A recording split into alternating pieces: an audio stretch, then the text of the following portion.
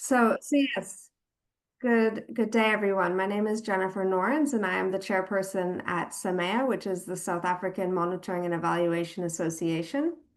And before officially starting and welcoming you and giving background, I want to say I think this is probably one of the few truly really global local sessions, in that we have three time zones represented today.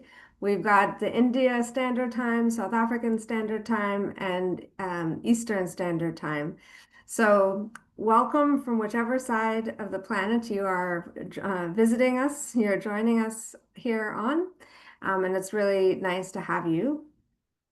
So today's session is really just going to be a dialogue. As the title of the session kind of puts it forward, really it's a session where we want to have conversations between representatives from different global South countries, global South organizations, that we can learn from each other about how to mainstream gender transformative evaluations into our work, whether it's in national evaluation systems, whether it's in smaller organizations. And the reasons for this is that the Sustainable Development Goals, they outline 9 critical targets to advance gender equality across all spheres of life. So while there's certainly been some progress that has been made by countries on these goals of gender equality and women empowerment, there still is significant challenges that we see in terms of gender equality, in terms of discrimination and violence, and this is taking place in every part of the world. And the mismatch between political intention and societal adoption reflects a huge challenge of not just the mindset change that is required, but also a commitment of adequate resources to really support this fundamental shift. So as evaluators and as researchers, we believe that the progress of undertaking gender responsive, gender transformative evaluations helps to bring us through to this necessary transformation in mindsets, as well as a transformation of the structures that can then facilitate a broader societal change toward greater gender equity and realization of power.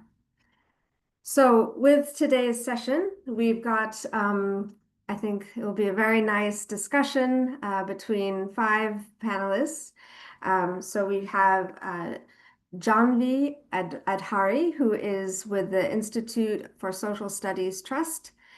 We have Anuradha, Anuradha Rajan, who is with the South Asia Women Foundation, India. We have Dineo Mmako from the Department of Women, Youth, and People with Disabilities in South Africa. Kgaugelo Moshia-Molebatsi from the Department of Planning, Monitoring, and Evaluation in South Africa. And then Bhushan Shrestha from the UN Office of South-South Cooperation. And I apologize for any mispronunciation of names. I'm very bad at that. So I would like to turn it over to the panelists and give you each 5 minutes where you can introduce yourselves properly, really give us a sense of where you're coming from in terms of the context and the countries that you represent, the organizations that you represent, and perhaps kind of the context in terms of specifically issues around gender and why gender transformative evaluations are necessary. So we can start with Jahnvi.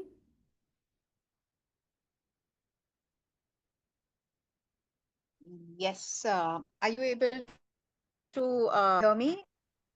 Yes. All right. Yes, we can hear you. So yes, thank you. Yeah, all right. No, there is some issue, I think, with my laptop, because even in the previous session, the Zoom kept dropping. So I'm on my phone that I don't miss it. So thank you so much, Jen, for giving us an outline of, why we are doing this and how we have kind of thought of this panel, and the context. To kind of say, my name is Jahnvi, and I come from India. I have been working in the sector for almost nearly 35 years. And a large part of my work has been around with grassroots communities, building solidarity groups, working with a rights-based approach, a participatory approach, an empowerment and emancipatory approach.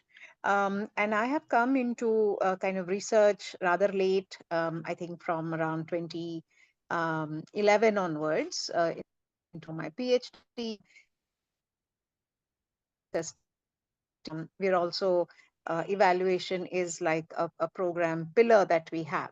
And so our work largely for us in the organization started when we were invited by two donors to say that because you are doing research with a feminist lens, you're trying to bring into focus why women's work, particularly women in the informal work, are being missed out in data.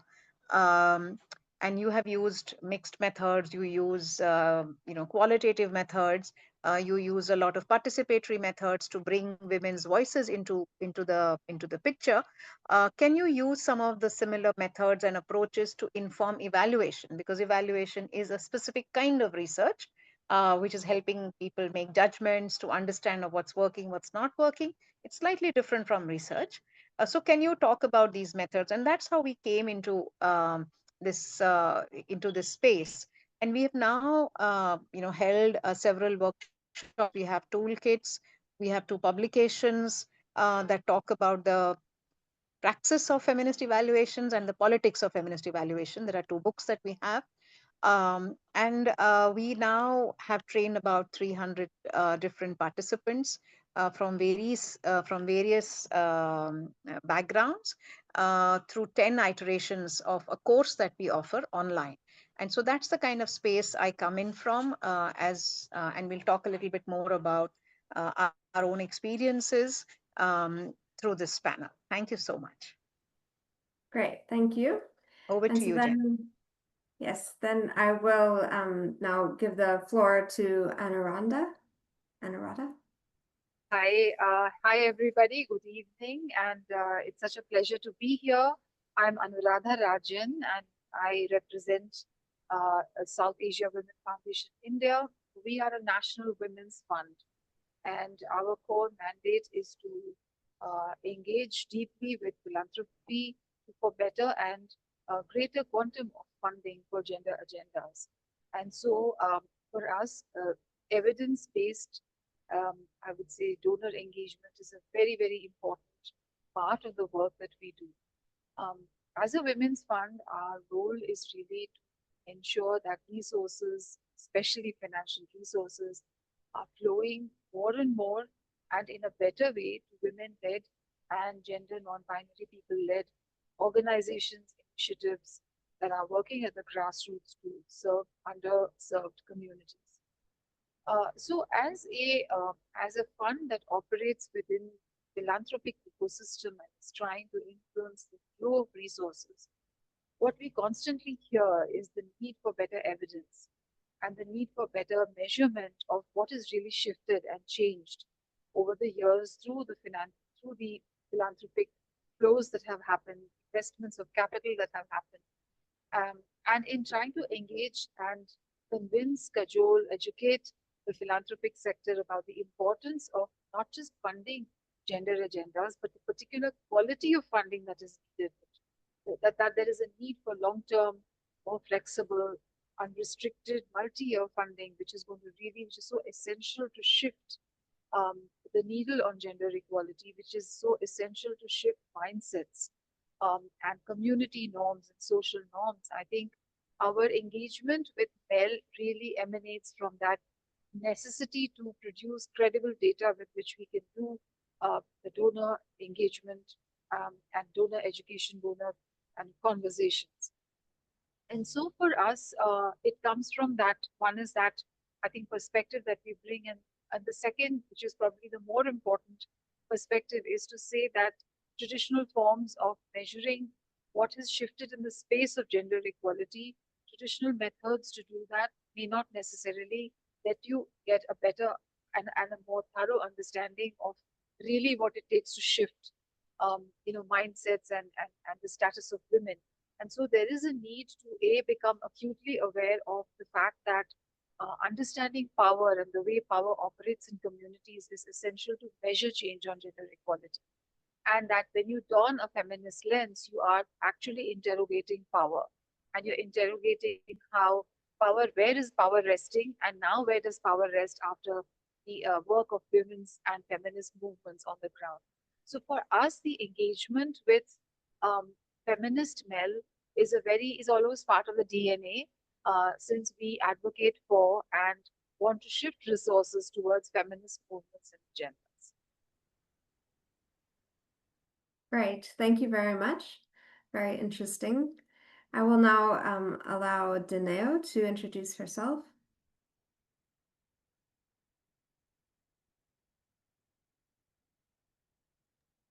Thank you very much, Jen, and my co-panelist.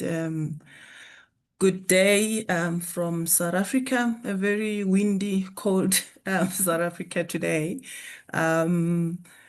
Thank you very much again, Jen, for the opportunity to participate in this session. So I am Dineo Mmako. I'm responsible for monitoring and evaluation in the Department of Women, Youth, and Persons with Disability within South Africa. And, as other colleagues have said, we have a bigger responsibility of facilitating for transformation. As you would know, South Africa is coming from a very a number of complex systems, be it the patriarch system or the apartheid systems.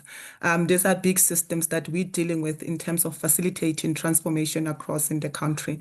So as the Department of Women, Youth, and Persons with Disabilities within the presidency, it is responsible for leading on the socio-economic transformation of women, youth, and persons with disabilities. And we do this through advocacy, mainstreaming, as well as monitoring and evaluation. But just to bring it back to the conversation of today, just to make you aware that the unit that is responsible for evaluation within the work, it's still a fairly new unit within the department. It was established within the department in 2020, actually, just around the time we're dealing with challenges of COVID. So we're still a new a unit. There's a whole lot of work that we need to really put in place. But with that in place is that we really have done sufficient work from a policy perspective, because we are responsible largely to drive policy to facilitate for the priorities of women in this case. So in 2019, through the department, we have what we call the gender-responsive planning, budgeting, monitoring, evaluation, and auditing framework, which was approved by Cabinet then. The framework in itself, maybe to simplify it, it was developed to ensure that we facilitate for mainstreaming and institutionalizing gender within government in its totality. So it's designed to facilitate core planning, or in terms of providing a gender lens around planning system. So if you are planning, we want you to take into consideration the planning system. If you're doing monitoring, the planning of the monitoring system, that there's a gender lens that is considered. Whether you're doing evaluations, that there's also a gender lens that is taken into consideration at the planning point. And I know Kgaugelo will speak largely to that component of, what has been the work that is done around the evaluations. And this work that we've done actually been extended to budget as well as auditing, as the framework indicates, is to really drive the institutionalization of mainstreaming within government in its space.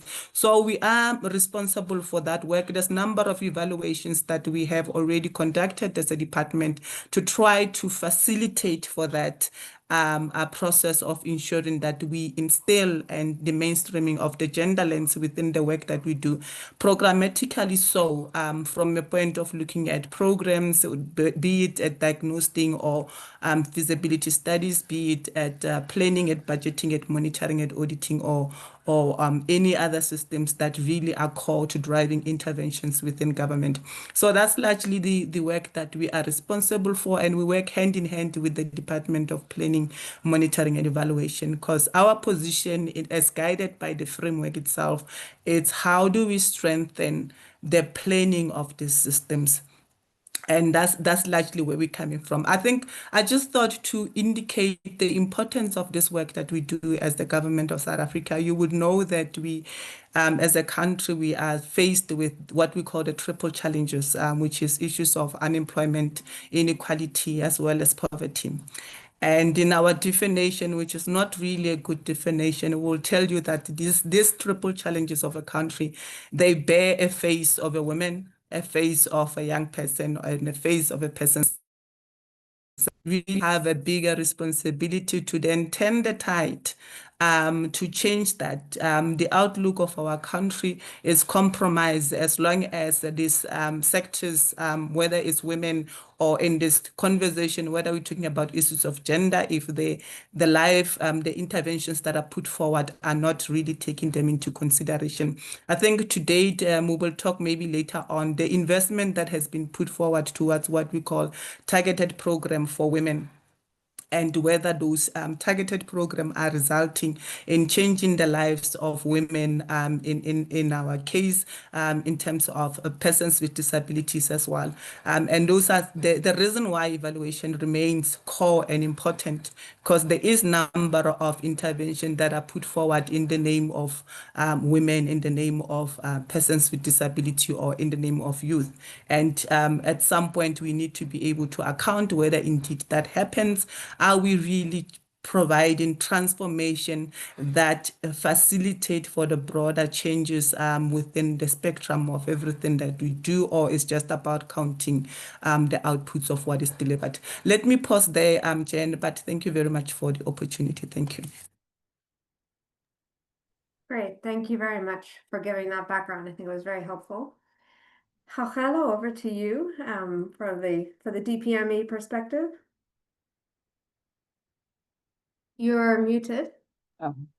Thank you so much, Jen. I think I must say good day to my fellow panelists from all over the world. This is a great opportunity for us to be engaging on such a crucial issue today. Just to remind everyone, my name is Kgaugelo Moshia-Molebatsi. I'm from South Africa, working currently in the Department of Planning, Monitoring and Evaluation in the Presidency of South Africa. We work very closely with the previous speaker on ensuring that we take forward issues of mainstreaming gender in government programs. I call myself one of the most fortunate South Africans because I was born in apartheid era and I started my career in a democratic era of South Africa. So I know what it means to be born in an era where exclusion was the key order of the day, and now to be working where we are driving inclusion. In my 20-year career, I was quite fortunate as a researcher and also as an evaluator to be more driving issues of inclusion, be it from youth issues, also gender issues, and also reproductive health and rights. So in terms of my work currently in the Department of Planning, Monitoring and Evaluation, when I joined this department in particular, it was at an opportune time again where the national evaluation policy of the country was being reviewed, and an opportunity was presented for me to ensure that issues of gender are really quite explicitly out there in the national evaluation policy framework. And we managed to achieve that. One of the key things that we have embedded in that policy is to ensure that we drive mainstreaming of gender in the evaluation processes, and also we drive issues of equity throughout the evaluation processes. So as the Chief Directorate within the Department of Planning and Monitoring and Evaluation, just to give you a sense of what we are doing, we undertake evaluation, we commission evaluation supporting priorities of government. And in particular, we provide technical support to government institutions to ensure that they undertake evaluation in line with the national evaluation system. And critical where I come in with my bit of influence is to ensure that we drive and develop the standard setting documents that we use to guide evaluators within government. And that's where really we work very closely with our partners to ensure that we develop the tools that directly guide evaluators in government to ensure that issues of gender mainstreaming are taken forward, and in particular lately, issues of equity are being integrated in the whole evaluation process. Further, we coordinate capacity development, which gives us an opportunity to drive and make sure that our colleagues within government have the capacity to implement the various tools that we are developing, and also we ensure that we quality assess the work that we are doing. So at a high level, that is my responsibility on a day-to-day basis. And what is impressing me lately is the uptake that is coming in order to ensure that colleagues are using the gender mainstreaming guidelines that we have developed within their various evaluation that they're undertaking. It's still at infancy. It's not, the uptake is not yet where we want it to be, but it's something that we are working very, very hard to ensure that issues of gender are quite explicitly considered when evaluations are being undertaken. Because as DPME, we do believe that introducing gender transformative evaluation can ultimately also lead into providing evidence that can transform the whole implementation of government programs, and also the monitoring of those government programs, and also how we can improve the various programs that we are undertaking. I think I'll pause there for now. Jen, over to you. Great, and I should have mentioned in my introduction that SAMEA is a partner with DPME, and so we have Kgaugelo was talking about equity. So DPME and SAMEA and others co-developed an evaluation criteria on transformative equity, looking at issues of equity quite broadly. And this is a guideline, a criteria and guideline that has been published by DPME. And we can talk more about that later. But Bashan, I would like you to take some time and introduce yourself to the audience. Yeah, thank you, Jen. Thank you. Good morning, good afternoon, and good evening, distinguished participants. I think we are from all over the world, and my fellow panelists. My name is Bhushan Shrestha. I work as a result-based management specialist at the UN Office for South-South Cooperation, which is based in New York. I'm originally from Nepal, but I'm currently posted in New York to do this job. About the UN Office for South-South Cooperation, it is the UN entity established by General Assembly dedicated to promote and coordinate and support the South-South and triangular cooperation at both globally and UN system-wide basis. The UNSCC facilitates the exchange of knowledge, expertise, resources, and innovations tailored to the specific needs in the context of the global South. So, means the office has a two role, means I would do dual role. One is it's the substantive secretariat for the UN General Assembly's subsidiary body called High-Level Committee on South-South Cooperation, through which it provides the support to the member state and the policies, making the UN policies on South-South cooperation.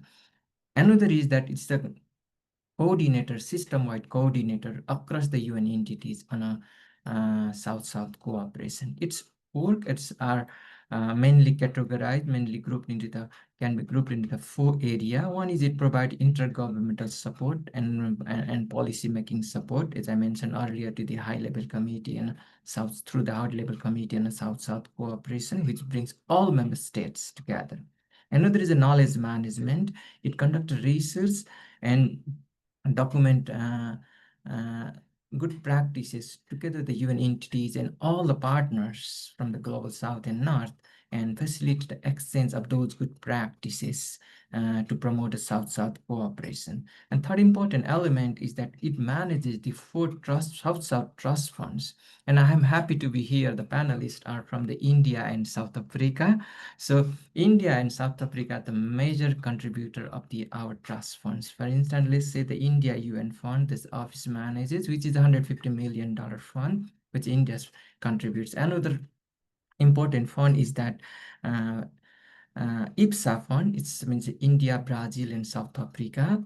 This is the solely South-South fund, means three countries coming together to promote a South-South cooperation. In addition to these two, we have the UN Fund for South-South Cooperation and the Pereira Guterres Trust Fund. All these funds are dedicated to promote a South-South cooperation. The important thing is that this office doesn't implement itself. It facilitates the management of the trust fund and implemented by other UN entities and the government across the Global South. Yeah. And it also promotes the partnership and coordination between the partners from the global and global South and North, including government, regional organization, UN entities, civil society, private sector, to promote South-South and triangular cooperation. Coming to the gender equality and gender empowerment, we believe that development must be equitable and responsive to the diverse needs of the people, including those who are historically marginalized, means including women and children, and in alignment with the 2030 Agenda for Sustainable Development, UNCCC is deeply committed promoting gender equality and women empowerment across its initiatives through the policy dialogue, knowledge management, trust fund management, and partnership and coordination. While in its initiative, the UNCCC aims and tries its best to integrate gender and women empowerment perspectives since its design of the framework and the interventions.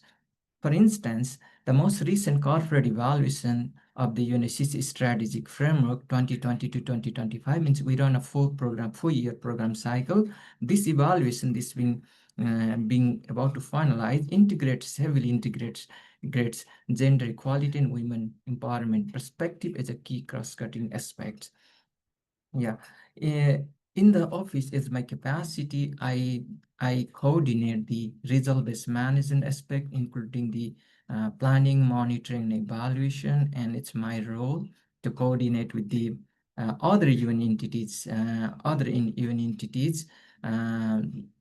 on behalf of this office to promote the evaluation culture and the conduct the evaluation. So I also represent my office in the UN evaluation group, so where we also discuss and promote the gender aspects of the gender integration into the evaluation.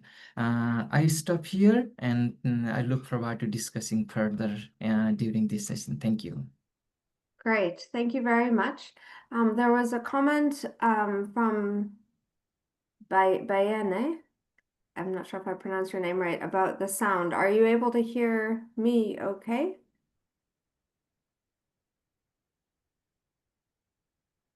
And perhaps just for all of us, if we can just to make sure that we speak up in case there's something for the in terms of the sound quality.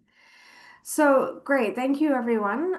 Thank you panelists for those introductions. I think it was really informative, and I was thinking actually that I'm sure you all now have questions for each other that you would like to explore a little more, and we will have perhaps some time for that at the end.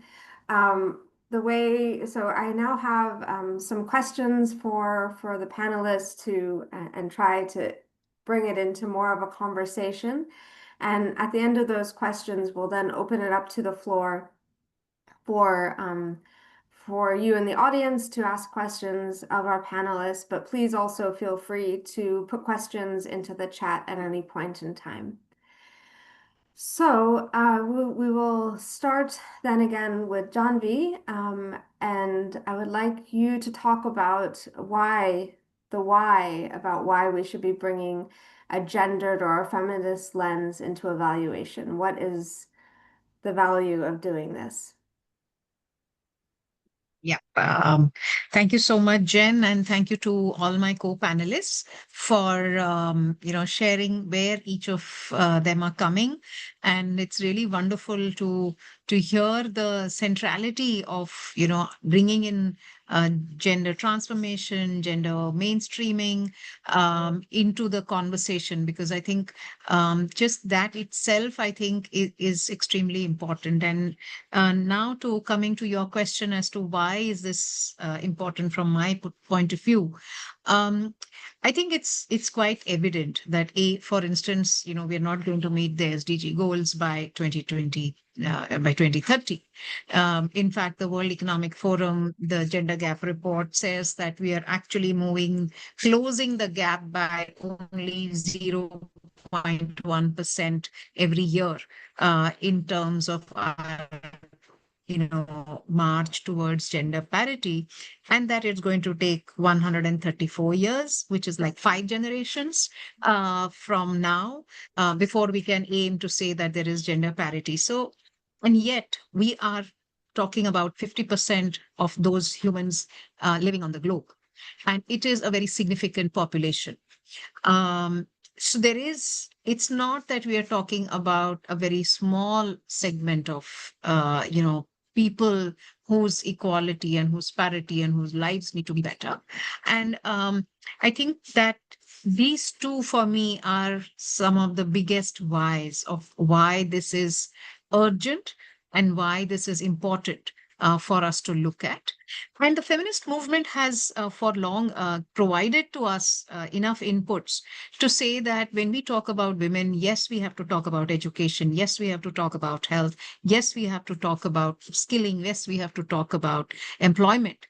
But unless and until we start talking about the norms, unless and we start talking about the powers, unless and until we start talking about the structures, or what we call the structural barriers or the systemic barriers to what is keeping women away from reaching their full potential, contributing to their fullest, for them to enjoy all the human rights that are enshrined in our in the 1948 declaration. We are always going to have 2 steps forward, maybe 3 steps back. We know, for instance, when we had COVID, there were many of the gains that had come about very easily slid back. And we seem to have not very easily been able to overcome the slide that the COVID years. So any such will be difficult. Third, I would say a large reason why we need to talk about gender transformational approaches is that it embeds within itself an approach which is participatory, which is empowerment driven. And unless and until we do not have evaluations that truly represent the voices for whom the programs are meant to be, unless and until we are including them in the design of the evaluation, unless and until they are part of conducting the research and also, dissemination, making it what are often called user-focused evaluations. And that all of that is combined in what we call gender transformative evaluations. So I think we need to prioritize participatory approaches. We need to bring in their voices and their agency. And that's why having gender transformative evaluations is extremely important. We are, again, the conceptual category of gender started with defining the social components of, the male and the female, and we start talking about masculine and feminine.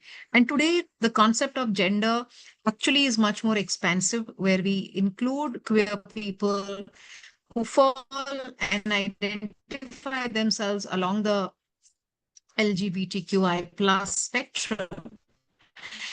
And we need to start talking about their voices, their transformational. We have the capacity to include all those who are marginalized in different ways, and bringing those realities back into saying that how are programs failing them, or how are programs aiding them. And that is what I think is important in terms of why we need to talk about gender transformative evaluations. And coming from the location where ISST has been hosting these programs for capacity building. So from, again, the monitoring and evaluation space, I would say that there is a crisis even in the monitoring and evaluation space, where we do not have any university courses offering a degree in monitoring and evaluation, although it's such an important component of defining, assessing where is the aid going, what are the outcomes of development investments that are happening across the private sector, across government, across the social sector. And yet there is nothing that is formal. While so you do not have any formal courses on monitoring and evaluation, within that, in the M&E education space, talking about gender transformative evaluations is even a further slimmer chance. And as far as we know, the kind of course we offer is perhaps one of its kind at a global level.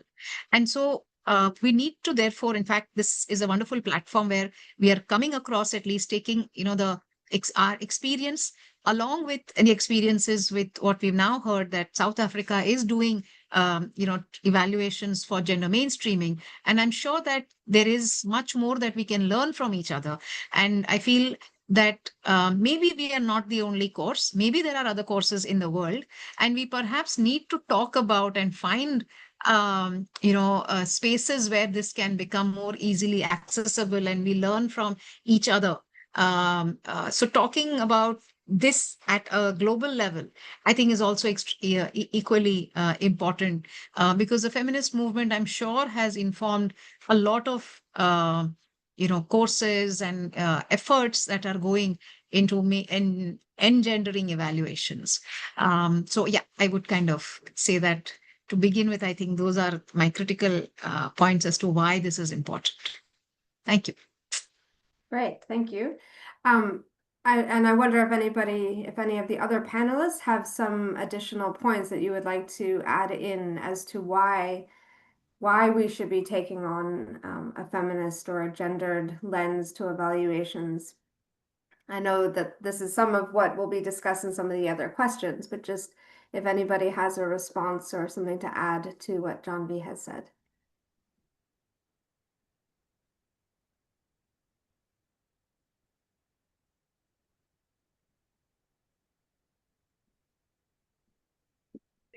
We don't hear you. Can you hear me? Can you hear me now? It's faint. Maybe Can bring you it hear me now? Yes. Yeah. Can you hear me? Yeah. So I was just saying, Jen, that when we talk about social change and we talk about a change in the status of women and girls and the position and the condition, not just the material condition, but in the way they are viewed and their ability to seek rights and the ability to claim their rights. I think that when we talk about that kind of a transformation, the measurement of that transformation has also got to be transformatory. It's not a one-way process. And so the need to embed how the measurement of change also needs to dislocate power. Power does not rest with only academic researchers measure the change, but measurement of change has to have a value for those who are impacted by that change. And so that is a core principle of transformatory gender audit, gender assessments, gender evaluations, where the recipients of the intervention, so to speak, also have an equal stake in looking at what has changed and why it has changed. And the organizations that facilitate the change process on the ground also take back a great deal from the evaluation process in terms of enriching their own worldview, their own programs. And I think that is a cornerstone of transformatory gender evaluations, where the control and power does not rest with a researcher alone, but it's shared. It's a co-created field of knowledge. So I just wanted to bring that.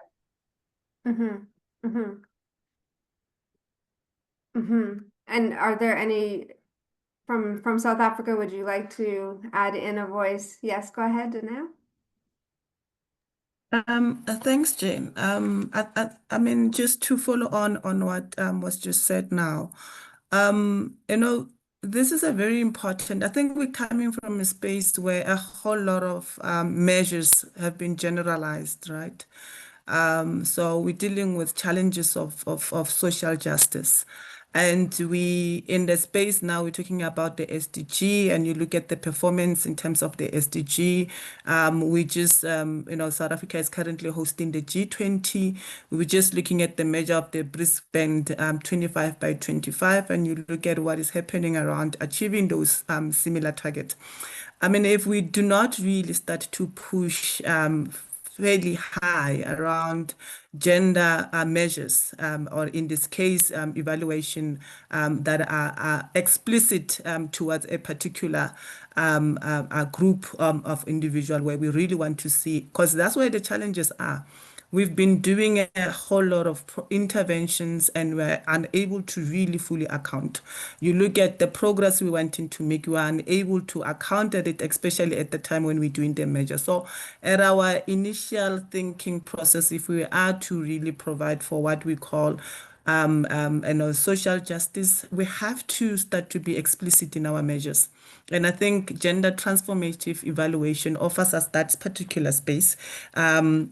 So that we can see the complexities that we're dealing with. We have not been able to change the plight of, and I know sometimes I focus largely on women, maybe because of how the space I work in is crafted.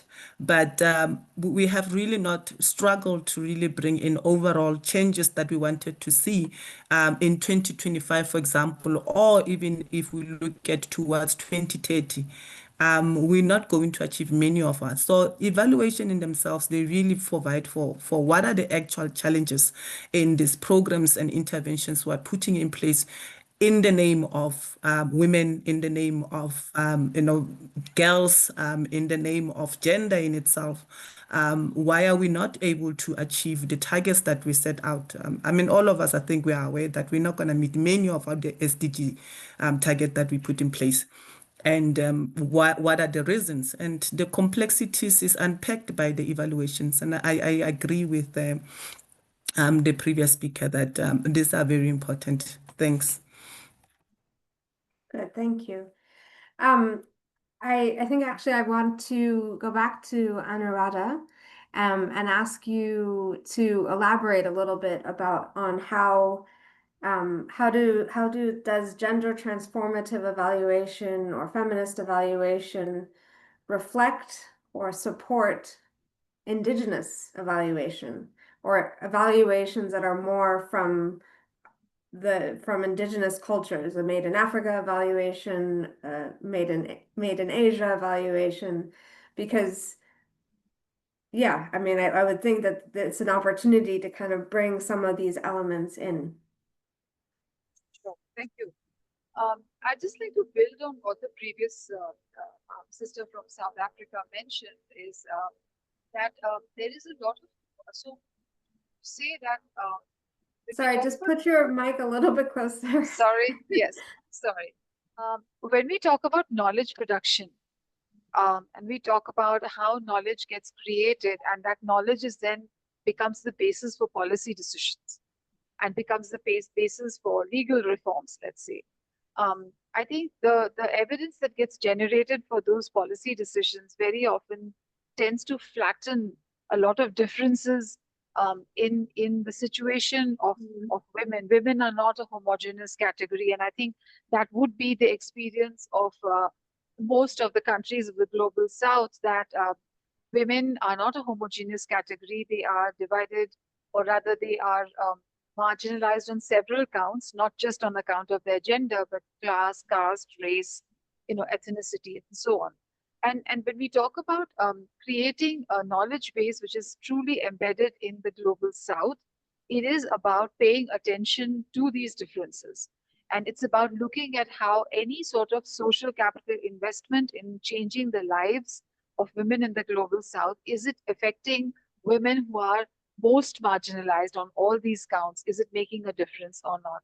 And so I think that was one of the starting points for us as a group of women's funds. We came together, 4 women's funds from the Global South, two from Southeast Asia, one from South Asia, and one from the Democratic Republic of Congo.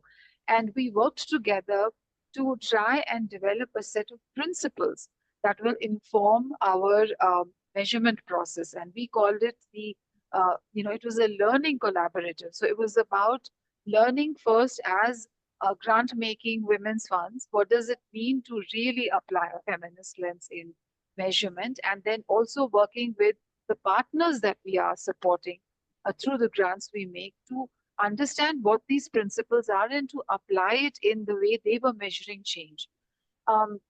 So for us, this process of us learning along with the partners was also a way of ensuring that the power which is embedded in grant making is somewhere, challenged.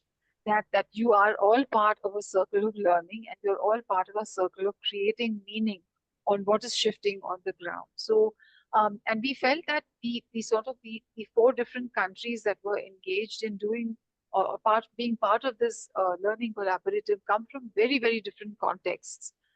There's conflict in one of them, and there are the regime in the others is of a particular kind. So, given these complexities, how do you still try to make sure that the measurement is nuanced and the measurement at the same time of change or what is shifting because of the work on gender equality? How does that really do justice to the work of the partners? So in this process, as part of the learning collaborative, I think one of the things we did was focus a great deal on the level of trust that you need to have between the partner and the fund, the women's fund that was participating in this learning collaborative, to ensure that there's a great deal of trust that gets reinforced through the measurement process. So at our end, as women's funds, we were looking at the question, or we were trying to interrogate the question that long-term flexible funding that all of us had been doing with our respective partners, what is that really enabling the partner to do on the ground? And the partners were interrogating the question of how has the needle on gender equality shifted because of this long-term flexible funding that they had received from the women's funds that were participating. I think we explored these realities almost simultaneously. We with our partners and they with the groups and the communities that they were working with.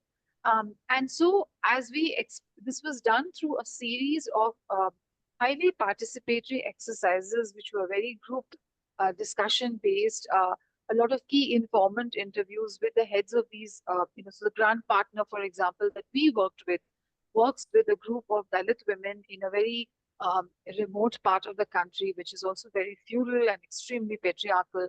And so having conversations with them, first to ensure that the partners and us were part of the same set of capacity building workshops, which itself, as I said, broke some of the power equation between a grant maker and a program partner. And as we went through those workshops where we unpacked what a transformative lens to monitoring and evaluation means, what does a feminist lens to monitoring and evaluation mean, I think as we went through those learning workshops together, it built a great deal of trust. It built a common conceptual knowledge and language through which we could speak to each other about measurement. The fact that it has to be rooted in the context of the community. It has to be rooted in the context of the lived reality of the women in the community and the program partner. And so as women's funds, we have to make they have to make a very conscious and a very responsive effort to really unpack the change in terms of the constant pushback that the organization has been receiving and the communities have been dealing with on the ground, and so on and so forth. So I think the knowledge creation that happened through this process also happened through a process of collective sense making of what we were hearing. So the question that we were asking the program partner is, what is changing because of multi-year flexible funding? And what we discovered through these in-depth conversations that we had was that it enabled them to really pivot at times when they did not want, where they wanted to give up certain parts of the programs they had been doing for a long time, and jump into something new and pivot into something new, there was a lot of support that they experienced in actually being able to make that pivot. The confidence that there is long-term funding available also gave them, freed them from the fear of year-to-year project funding. And in fact, they shared about how the space to craft multi-year programs actually enable them to imagine their work in more ways. So that's what we heard from the program partners. The program partners did the same with the communities they were working with. I think they heard about the way the program had enabled women from highly marginalized, mobility challenged communities to get out of their homes, to form these platforms and federations which were dealing with gender-based violence, and inspired a whole range of young women in these villages to actually raise their voice against the issue. So this process of collective sense making that we went through, we with our partners and they with their communities, I think it gave us a lot of insights into what had this 7-year partnership actually shifted on the ground. It gave us a lot of confidence as a women's fund to say that, yes, flexible funding enables a real-time change to happen in a very smooth and seamless way with partners when you make that space available for partners and for the partners to then work with the same mindset in the communities that they were dealing with. So I think when we apply mainstream measurement frameworks or let's say northern-based measurement frameworks to the realities of people living in the global south, I think the extent to which the change has happened cannot be captured adequately. Those frameworks have to be very much developed based on the lived realities of women and girls from the global south. And so I think for us, this has also been a part of challenging mainstream ways of measuring change on gender equality and saying that there's a lot of knowledge creation that happens through the doing and through the daily lived realities of women from the global south, which needs to inform evaluation frameworks and even the parameters and indicators of what change can happen. For a woman in a village in North India, moving out of her home to attend a meeting, which is maybe a few houses away, is a huge marker of change, which may not be the case for a woman from another community in another context. And so the quality of the change really has to be, I think, studied very closely in the context. So I think we felt that through this process of collaborative learning and exploration that we went through, we got a better appreciation of how the partners were also viewing us as a women's fund and what they took away from this partnership. And I think certainly the program partners got a very good sense of how women in the community were able to, to claim the fund or the resource for the agendas that they wanted to follow, the kind of platforms they wanted to set up. So it really built our confidence in the power of this sort of a process of grant making and the measurement of that kind of grant making. Okay, that's a very interesting, very interesting story. Thank you. Okay, I would like to turn it over to Kgaugelo, and if you can talk to us a little bit about some of the challenges that the South African government has experienced in introducing gender transformative evaluations into the national evaluation system, and then how you have or how you are trying to overcome these challenges. No, thank you so much, Jen. I think I need to start a bit where we come from, Jen. As I earlier indicated, in 2017, 2018, we were quite fortunate to evaluate our whole national evaluation system. And that report was quite critical because it gave us some key recommendations in terms of how we can improve the national evaluation system overall. But what was fascinating from that evaluation was one of the findings where it was indicated that the whole system was really gender blind. It was quite explicit to say the system is gender blind. And as I said, that gave us an opportunity to say, we have to explicitly highlight the issues of mainstreaming gender into the evaluation system. And as I'm talking to you, the 2019 National Evaluation Policy really is quite explicit in supporting issues of gender mainstreaming and driving equity. Actually, gender and equity are part of the criteria that we use when we select evaluations that form part of the national evaluation plan. So we have done some work in that sense, besides some of the tools that we have developed so that we guide evaluators and commissioners of evaluation to say, when we say you have to mainstream gender in your evaluation, what do you mean? I'll come back again to talk to this guidelines explicitly. But just to highlight one of the biggest challenges that we are facing here in the country is the limited skill amongst evaluators, inclusive of commissioners of evaluation, in terms of what we mean by mainstreaming gender in an evaluation process. There is limited capacity in order to mainstream gender in the evaluation process. And what we have done collaboratively with our partners like Samia, we sat down and said, there is a need for us to urgently address this challenge. So we did this by developing some tools where in particular we developed a guideline on gender responsive evaluation that we did in around 2022, just immediately after we completed the National Evaluation Policy Framework. And this is one guideline that is quite user-friendly and easy to use for an evaluator, from the conceptualization phase of an evaluation to a dissemination phase of an evaluation. So it gives practical step-by-step guidance in terms of what an evaluator or a commissioner of an evaluation has to do in order to ensure that they are mainstreaming gender throughout the evaluation process. And again, we developed them, as I said, disseminated them widely to our stakeholders, in some instances conducted training. And I know this is one area that we need to strengthen because we have not done much in order to capacitate colleagues in undertaking this, in using this guideline, if I may put it that way.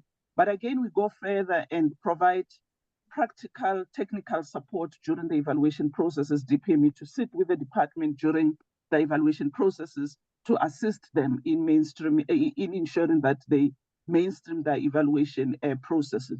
So in a nutshell, we have developed guidelines, we have disseminated them, we have conducted training in response to these challenges, and we continue to provide day-to-day support during the evaluation processes technically to ensure that colleagues are able to mainstream gender in their whole evaluation process. So those are some of the initiatives that we have done.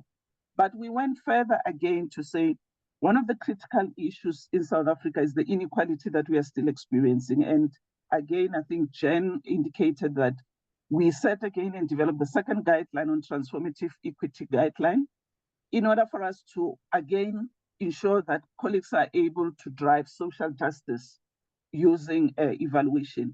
Currently, the evaluation system, you'll see that it's explicitly and deliberately trying to drive mainstreaming, gender mainstreaming and equity issues. And I think my colleague Dineo earlier on indicated the importance and the need for us to drive social justice in our country, particularly due to our history where women and girls have been excluded and also have been marginalized. I mean, I don't need to talk about the current situation we are facing in terms of gender-based violence that is just getting out of control in this country, to say there's still much more work that we need to be doing as program managers, as people who are conceptualizing programs in government, and also as people who are measuring how we are doing, because we are seeing that we are not doing that well in that area. But as evaluators, what is key for us, we have acknowledged that evaluation is a powerful tool that we can use really to inform decision-making. And again, it's a powerful tool that we can use to drive a social change. So as much as we still need to capacitate everyone within the system to be able to incorporate and drive gender mainstreaming and equity issues throughout the evaluation processes. I think one of the key things that we need is to partner and continue driving our commitments to ensure that we have adequate skills, we have a well-capacitated officials within government that can make a difference within their respective portfolios. I think I will pause there, Jen, and I'll come back again later on. Thank you. Okay, great. Thank you. And then turning over to Dineo about wanting to hear from you about how we can bring gender transformative evaluations into large scale government-led evaluations. Perhaps if you have examples from the Department of Women that you would want to share as some examples. Or you could also come in as well from your perspective, just on some of the challenges of bringing this into a national evaluation system or national government system. Thanks, Jen. And I'm glad that I'm speaking after Kgaugelo, because I think she has, paved the way to really indicate the work that was done by, South African government in practicalizing these responsive or transformative evaluations that we're talking to. My initial thought is always like, you require a systematic approach to doing this. And we're very fortunate because we have a national evaluation system that is already in place. And what we needed to do was to capitalize on making sure that the national evaluation system is responsive, is gender responsive. And as the Department of Planning, Monitoring and Evaluation has contributed to putting those guidelines that drive for gender responsive evaluation. So that is, for me, that is the beginning of it. So you need to, at the policy level, to provide guidelines on or guidance on how to undertake this, or the importance of these types of evaluation that we're talking to. So bring these evaluations into, large-scale government evaluation. I think I want to really say that from South Africa's perspective, we have done a number of these types of evaluations. I will talk to some. We're working very closely with Department of Planning, Monitoring and Evaluation in some of the evaluation. And I just wanted to maybe earlier on start to say that, even when we're talking about the large scale evaluation, so largely we're talking to how we're scoping this evaluation. But one of the biggest barrier we have is resourcing, right? So resourcing in terms of funding, resourcing in terms of capacity, and resourcing in terms of competency, as it was just indicated now. So number of evaluation have been done. So because of maybe those three earlier challenges I've mentioned around resourcing, it does provide some, compromisation in terms of how big you can go in terms of the evaluation. And in my case, large meaning that you would want to, for example, we are just concluded an evaluation on what we call preferential procurement policy of government. So we wanted to understand the extent to which that preferential procurement bill is impacting the lives of women, youth, and persons. And we were looking at an impact evaluation. I remember earlier on, Anuradha was talking about user-focused evaluations, which are very key because now you're wanting to understand, how are they benefiting from these various evaluations that we are undertaking. So the challenge with the large scale evaluation and practicalizing them, it largely remain resourcing.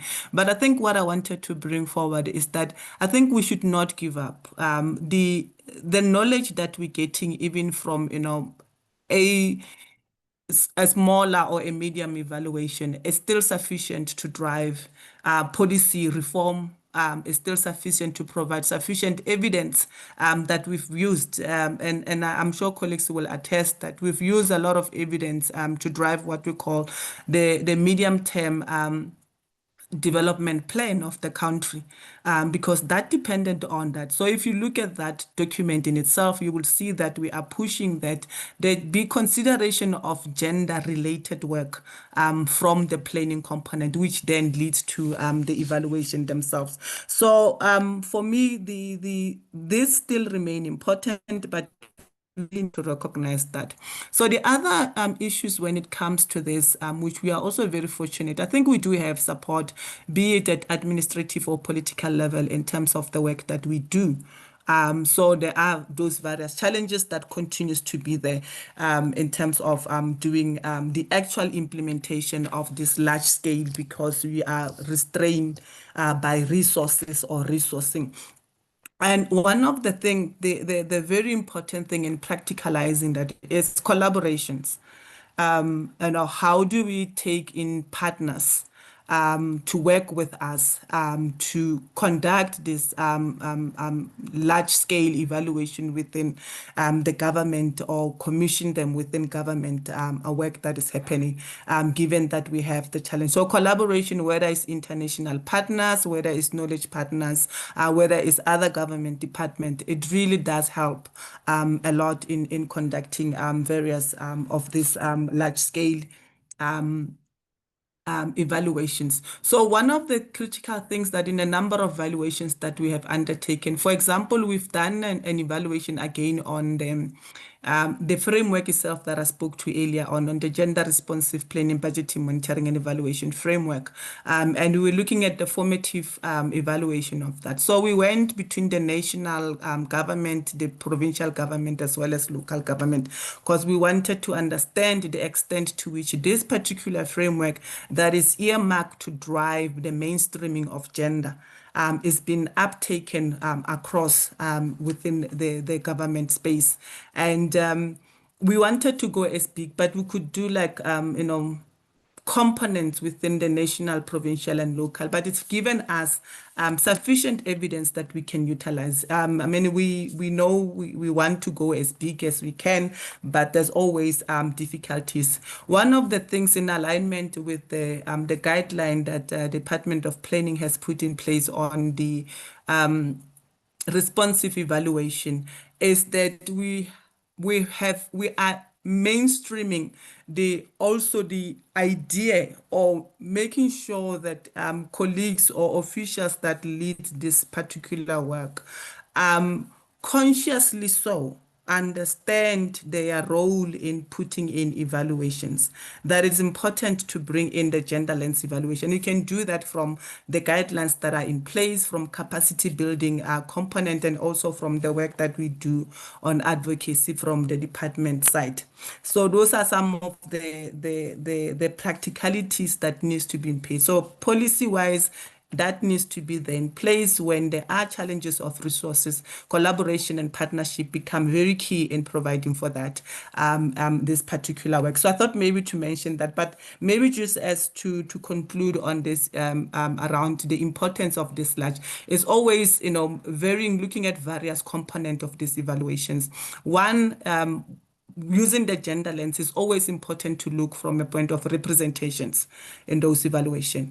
Are women represented in various ways? Representation in terms of them being part of the steering committee, then being part of the actual programs that we're dealing with, issues of participation, when you have consultation, to what extent do you, involve women in that? And then there's another issue, which is issues of beneficiation, which I think many evaluation would tend to look into the benefit side, but there's also issues of access as well that you also need to look to. Maybe let me pause there, but I thought maybe just to talk to that. That are some of the practicalities that can be taken into consideration when looking at large-scale evaluation. Great, thank you very much, Dineo. Okay, and then I want to turn it over to talking about these bigger South-South conversations. So Bhushan, especially considering the very uncertain and very dynamic and changing political issues that are happening in broader. So with particularly also just these power dynamics between global North and global South. How do South-South conversations and South-South cooperation on issues specifically of gender responsive evaluations, how does this contribute to South-South development? Thank you, Jen, and participants and my fellow panel members. It's a very interesting conversation, and then it's a very typical time. I think this conversation, if we're having a couple of last year, it would have a little different, and now when we're discussing, it's coming in a different time. But the essence of the discussion on the South-South, it's getting more important. Yeah, even the recent intergovernmental discussion that on South-South cooperation that took place whole last week, we see that intergovernmental session happens every 2 years. That's particularly focused on South-South government. We see the amazing number of participants, yeah, from the member state, and the statement they're given by the member state were very specific, you know, that what's their interest and how they would look, how they would like to see the South-South cooperation going forward. So what I'm trying to say here is that the development dynamics is going in a new dimension, and the interest from the member states are also increasing to promote and facilitate the South-South cooperation. That is the thing I just want to put in the back. But and the today, when we reflect the value of South-South cooperation, we are reminded that this is collaboration goes beyond the sharing of financial and technical resources. At its core, it's about exchanging ideas, innovations, and lived experience between among the countries of the global South. But when you bring the triangular cooperation aspect, it's also it's a collaboration and cooperation among the developed and developing countries. South-South cooperation, when it comes to the South-South cooperation, built on a principle of solidarity, mutual benefit, and respect for the national ownership. What my earlier panel member brought that the traditionally practiced measurement framework and the development may not bring the essence of the gender transformations and inclusivity, that aspect. In the same trend, the traditionally established the evaluation criteria for the development, that may not be what we're trying to say, that that may not be sufficient to bring in the nuances of the South-South cooperation, which particularly deals with the solidarity, mutual benefit in the national ownership aspect. But when it comes to the South-South cooperation coupled with the gender responsive evaluation, it has a power to reshape the development trajectories, creating inclusive, equitable, and people-centered outcomes. Kindly allow me to touch upon the policy perspectives, which are UN agencies and our responsibility is to facilitate the policy perspective in the UN. The main document dealing with the South-South cooperation, among the many, is the recent one is the BAPA 40 outcome document, which is endorsed by the member state in 2019, affirms the gender equality and empowerment of women, gender empowerment of women, not as optional add-on, but as a central pillar of development. Document also calls the countries to establish country-led evaluation to evaluate and address the equality, to address the quality and impact of the South-South cooperation. And just as importantly, the document, the BAPA 40 outcome document, highlights the voluntary sharing of knowledge, experience, and good practices on essential ingredients of these evaluation and other practices. So moving forward, so how the gender response evaluation actually contribute to the South-South development? Please allow me to share a few examples from the South-South Cooperation Project supported by the UNSCC, even Office for South-South Cooperation managed trust fund that I mentioned earlier, that this office manages 4 trust funds and implemented by the countries and the Global South, together the United Nations entities, that have helped to promote the gender equality and women empowerment. The first evaluation I'm going to talk about is the project called the title Eliminating Child Marriages in Malawi and Zambia and offering scholarship to the child marriage survivors. This project is funded, it's supported through the India, Brazil, and South Africa Trust Fund and implemented by UN Women. So the transformative impact resulting from the strong sharing across the border. Over 2,000 child marriage survivors were successfully re-enrolled into the school, giving them a second chance at education and a life. The evaluation informed the national policy dialogue and strategy to prevent the child marriages while also offering the evidence-based good practices for the other countries across the Global South through the knowledge exchange processes. Another example is from the Sierra Leone at the Digital Financial Service Project implemented by the UNCDF, UN Fund for Capital Development Fund, in partnership with the Central Bank of Sierra Leone. The project enabled over 75,000 new clients across the digital financial services, with more than 50,000 receiving emergency COVID credit. The evaluation confirmed the project's strong responsive and relevance to the gender equality, but at the same time, it identified a significant opportunity to further enhance the women's financial inclusion. The thing is that the evaluation, where you integrate the gender perspective in the evaluation, it not only assess the progress, but also identify the gaps for the further enhancement and further empowerment of the women. This insight informed the design of the future intervention aimed at increasing women's participation in the digital financial services, which is a new phenomena, and when you are dealing with the digitalization, the AI, and all this new phase of development.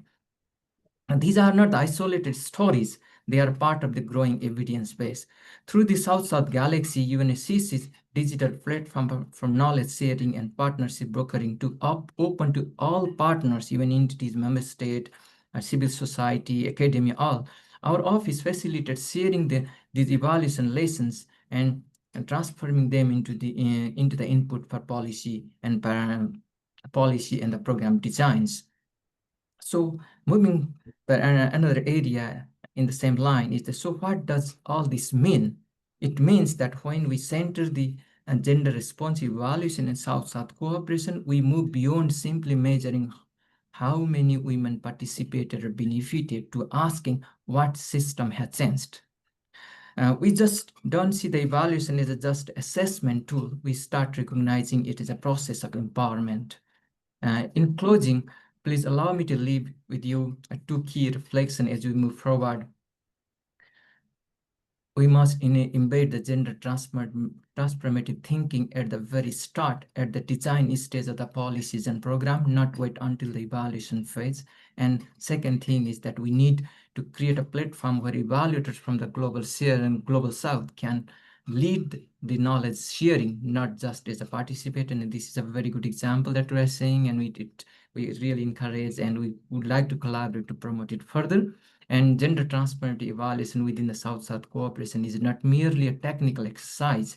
It is a reflection of our shared commitment to equity, to dignity, and to the development process that truly leaves no one behind. Thank you. Thank you very much. I think it's really, just thinking about kind of what the global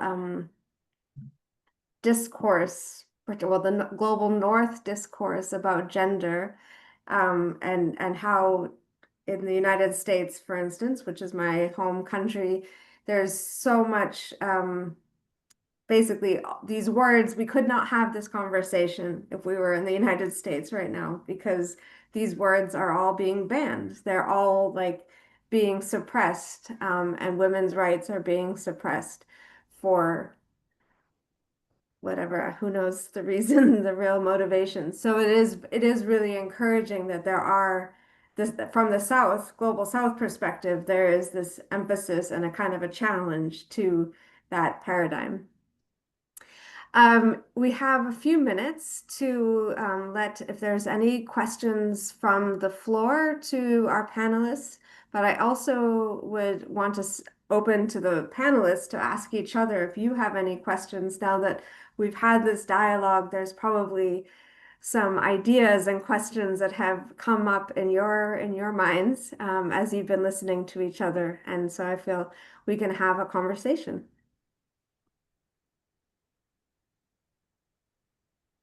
We'll wait for participants to first put their questions.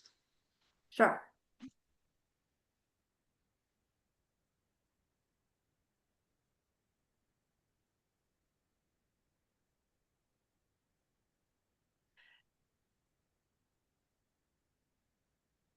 Okay, maybe I can go with a question.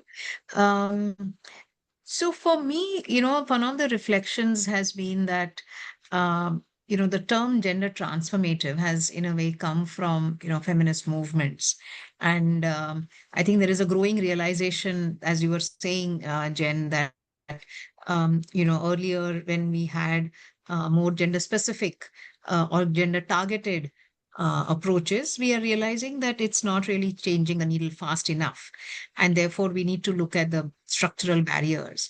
And so I just wanted to hear a little bit more in terms of, from the South African experience, if Kgaugelo or Dineo can also speak about that at a macro level, talking about from a government perspective, what does it take to bring in this transformative component into, government systems or government programs? And is it easy or is it challenging to talk about power? Is it difficult to talk about, intersectionality, which are seen as positive concepts? And if there have been examples of, somebody willing to take it up and, how did it change, or, what was possible because of that?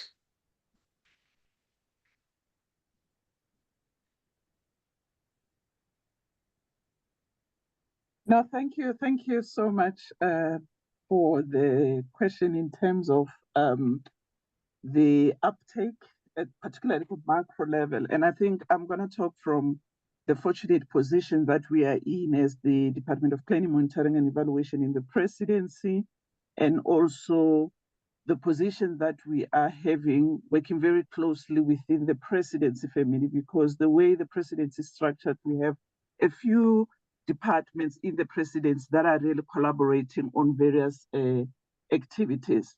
And I would say that there is a lot of support from our leaders, from the executive, in terms of bringing on board the issues of gender. And I think one could appreciate that it is because of the current situation that we are facing in South Africa. I think we are acknowledging that there's so much socioeconomic challenges that are affecting women and girls in terms of what their daily experiences are. So the need for us to have evidence that can support decision-making to drive the change that we need is quite critical. And talking from an element of the evaluation, the need to use, as I said earlier on, the need to use evaluation as a powerful tool really to inform decision-making, and also explicitly highlighting the issue of the current inequalities that are still persistent. It's quite one area that we are, in most cases, requested to explicitly show or report on in our evaluation. And I keep on using the word explicitly because we deliberately show them the impact of some of the programs that we are implementing on the ground, how they're affecting women and girls. Because as one of the speakers earlier on indicated, that women are not a homogeneous group. In South Africa, it's one of the classic example of women in rural areas, for example, and women in what we call informal settlements in South Africa, and women that live in urban areas are totally not the same women. So when you sometimes report on your evaluation findings, sometimes we strive to show those kind of differences that are existing. Support is there, the uptake is there, the drive towards transforming is there from our leaders. It is just that we are still living in a society that requires us to do more, and the commitment is there. So in terms of support, we are really at a macro level. We are receiving quite a lot of support, and probably you are aware of the various legislative instrument, policies, strategies that we are implementing really to drive gender issues. I know I'm talking from a perspective of evaluation, but I know my peers who are working in other areas of evaluation really are driving critical components of driving transformative and social justice issues from their perspective. But I think another colleague that can highlight, I think, Dineo, if you want to come in, I know you work very closely to also look at how we are planning for various government programs, assessing them collaboratively with our colleagues in the planning unit, just to show some of the commitments that we have in terms of ensuring that each and every government department really take into account issues of gender mainstreaming, driving issues of disability and also youth. Dineo, through you, Jen, can I ask her to come in? Yes. Okay, thank you. Thank you, Oscar. So, I mean, just to add, I think one of the most important also component at the macro level is that our constitution in itself, it demands this. So just starting from that level at the constitutional level, I think some of the challenges that we're experiencing is that the issue of the carrot vis-a-vis the sticks in terms of implementing particular programs still remains a challenge. Some of the momentum that we think we can really achieve, it will be through having legislation that really drives or require this. But we do have a number of legislation in place. So what my colleagues was referring to as the Department of Women, Youth and Persons with Disability, the framework that we have on gender responsive planning, budgeting, monitoring, evaluation, and auditing framework, we have really facilitated centrally into the department that have mandate to lead on various components. So the Department of planning in terms of gender responsive planning, they are leading on that and they are guided by the framework that we have. In terms of issues of evaluation, as they were indicating, so we also are leading on that component to make sure that there is a clear guideline that is provided government-wide in terms of what does it mean when we say gender responsive evaluation. We also have various components of work that have been very critical in driving transformation, although not at the level that we want. And I think maybe these are the latest work that we're doing. We're working with the Auditor General South Africa to also drive the gender responsive component of it. So they're currently doing, I think this is the third phase where we are engaging with them to facilitate for responsive audits in relation to gender. We also, this year actually, as part of the budget process, we've included the responsive budgeting. We're piloting with at least 10 national departments in facilitating gender responsive budget. So we are driving from that angle. So if we're talking about the uptake at the micro level, I think, yes, there are initial processes that the framework help us to do that. But over and above that, what we do in terms of the implementation of this framework, we biannually request departments to report on, there's about 10 pillars in the framework, and they have to report back to the department biannually to indicate what is the level of their implementation in terms of responsive planning, responsive evaluation, responsive monitoring, gender responsive budgeting. And we have various understanding. We started seeing that, if we go back to the conversation around evaluation and the number of departments that will conduct evaluation that do not have gender lens at all. So we're starting to be able to pick up on that, and in our conversation with DPME, then that's when you start to see, because that's how we then use evidence to inform policy. But I think the uptake at the macro level, it's I think for me, I think it is it's really appreciated that what currently is happening in the country. The challenge is the actual results that we wanting to see. I think the results are not necessarily reflecting the overall uptake at the macro level. Thank you. Yeah. Thank you for that little exchange. I'm just aware that we're 5 minutes over our scheduled time. I know it's about 9 p.m. for our colleagues in India, and I'm sure you are very exhausted from several sessions I think you've already had today. I want to, as we close, give each of you 30 seconds or so just to make some final comments, final reflections, and just an appreciation for everybody sticking through the session. So Bhushan, we'll start with you. As the male in the group. And I do want to say also that, I mean, yes, gender transformative evaluations definitely need to focus on gender equity and giving women more voice. But in where I work, in the organization that we work in the SADC region, we've also been recognizing that boys need their own programming as well to help reset the gender norms that kind of perpetuate some of these things. So anyways, over to you, Bhushan. Yeah. 30 Thank you. seconds And or what so. you mentioned about bringing man together, the women is the balanced way of promoting gender equity and gender equality. That's one of the findings of our recent evaluation as well. There among the other one is the recent one as well, one of this project.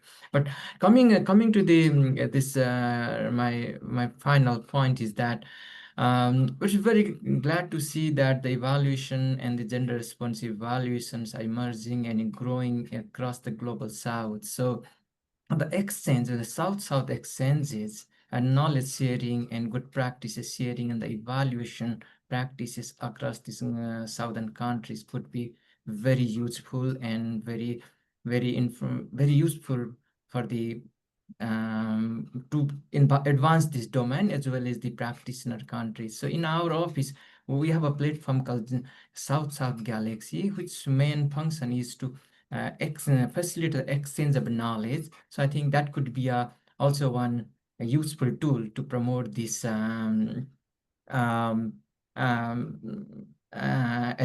I would say. And then we have the office, we have the global thinker community. So where these thinkers from across the global south meet and conduct a research. I think this could be also the enabler to further promote the gender transformative evaluation. And yeah, thank you. I stop here. Okay, great. Thank you. So maybe over to you, Anuradha. Yeah, thank you. I think the two things that I do want to just share at the very end is, one is to say that the need for actually resourcing more southern embedded frameworks of measurement of change, and the need to resource, because in most of the resourcing around gender equality, one of the first components that tends to get axed if there is a funding crunch is monitoring and evaluation in programming. And so that's almost seen as external to programming. But I think the building a culture of seeing measurement as being intrinsic to programming and to change and to the mission of social change, I think is a mindset change we have to bring within the both the implementing, but more importantly within the funding community. I think that's one. And second is the need to, I think, develop more southern grounded, theorizing around women's empowerment, and to look at very homegrown frameworks of measuring women's empowerment, which are highly contextual to each of these countries and each of these regions, and to claim that as part of I mean that, and that needs to be sort of, I think, part of the knowledge creation around measurement. So many more forums where those kind of frameworks can be discussed and disseminated, I think, are very important. Great, thank you. We'll go to Dineo, 30 seconds or so. Thanks, Jen, because in this space I find myself, I'm not sure whether I should use an evaluation lens or a gender lens. It's kind of a complex in itself. Both.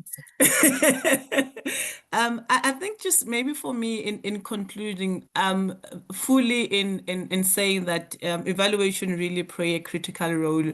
If I'm looking at the challenges we're facing from a gender space. So if we're talking gender mainstreaming in itself, we're trying to mainstream or transform systems that are very rigid, systems that are entrenched in patriarchal approaches.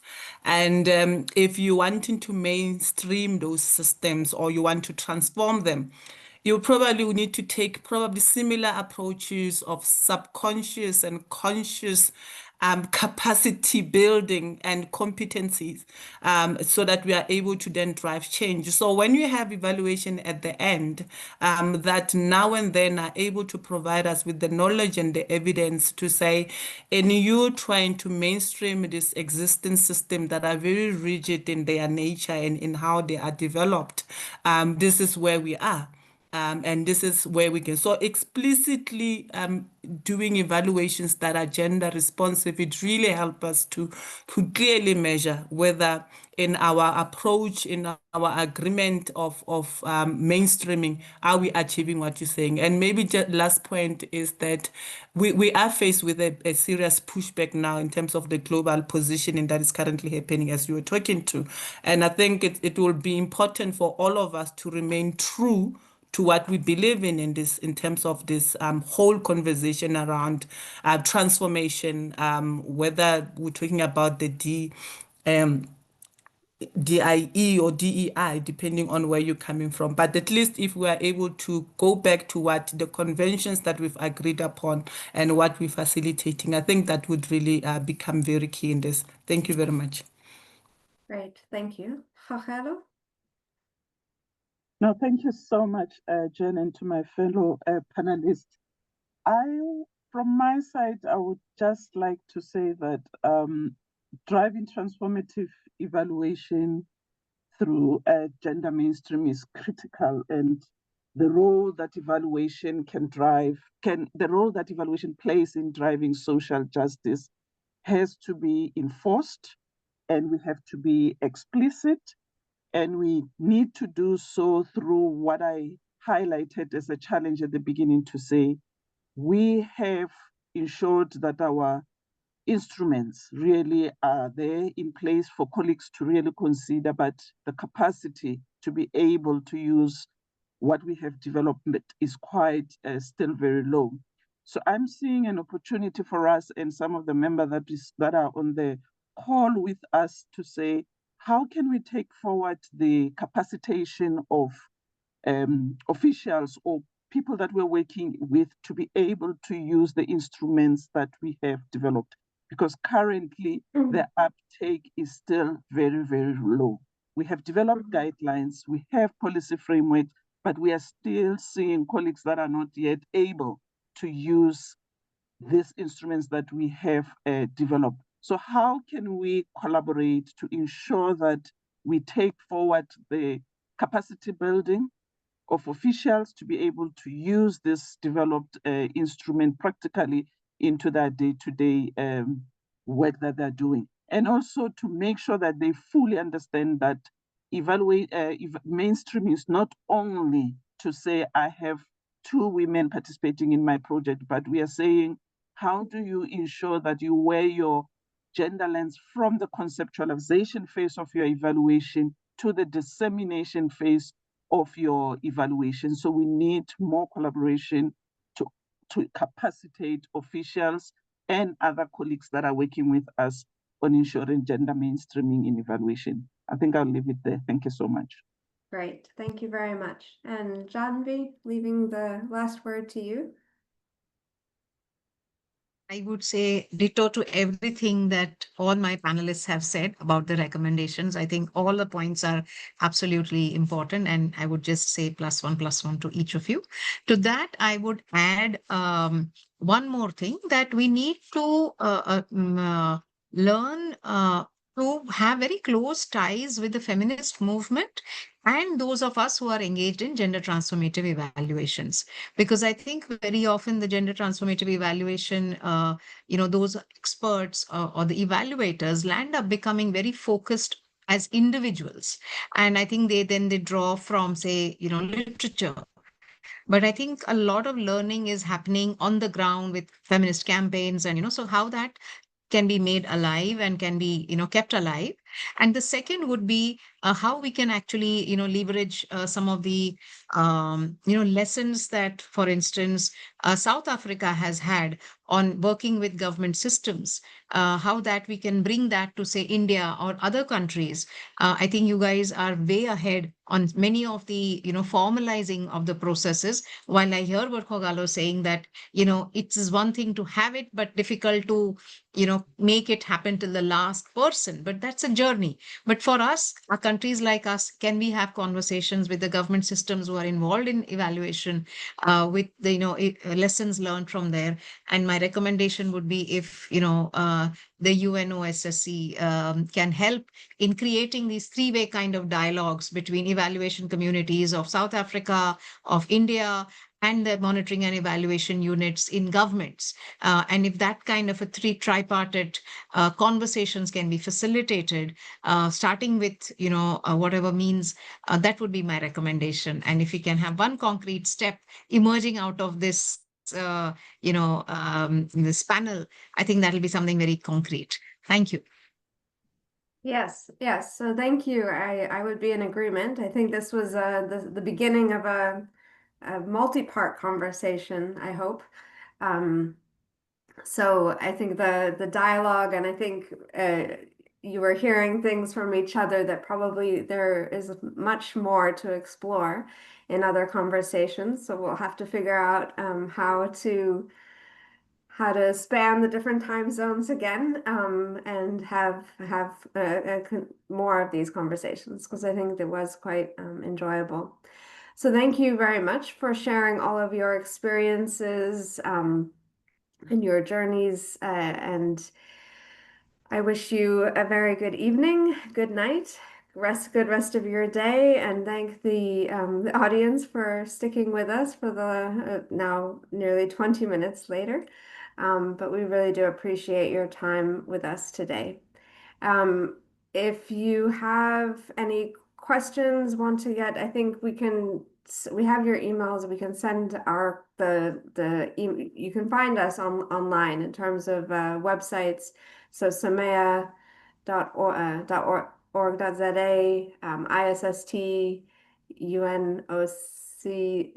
UNOSSC, and is it SA? What is it? SAWFN. SAWF. Thank you so much. Thank you. Okay, thank you very much, Biane. Thank you, Jen, for all the moderation and the holding us all up together. Thank you. Okay. Thank you. Yeah. Thank you Bye-bye. all. Thank you so much. Bye. Thank you. Bye-bye. Bye-bye. Thank you. Bye. Bye-bye. Thank you, Jen. Okay. Thanks.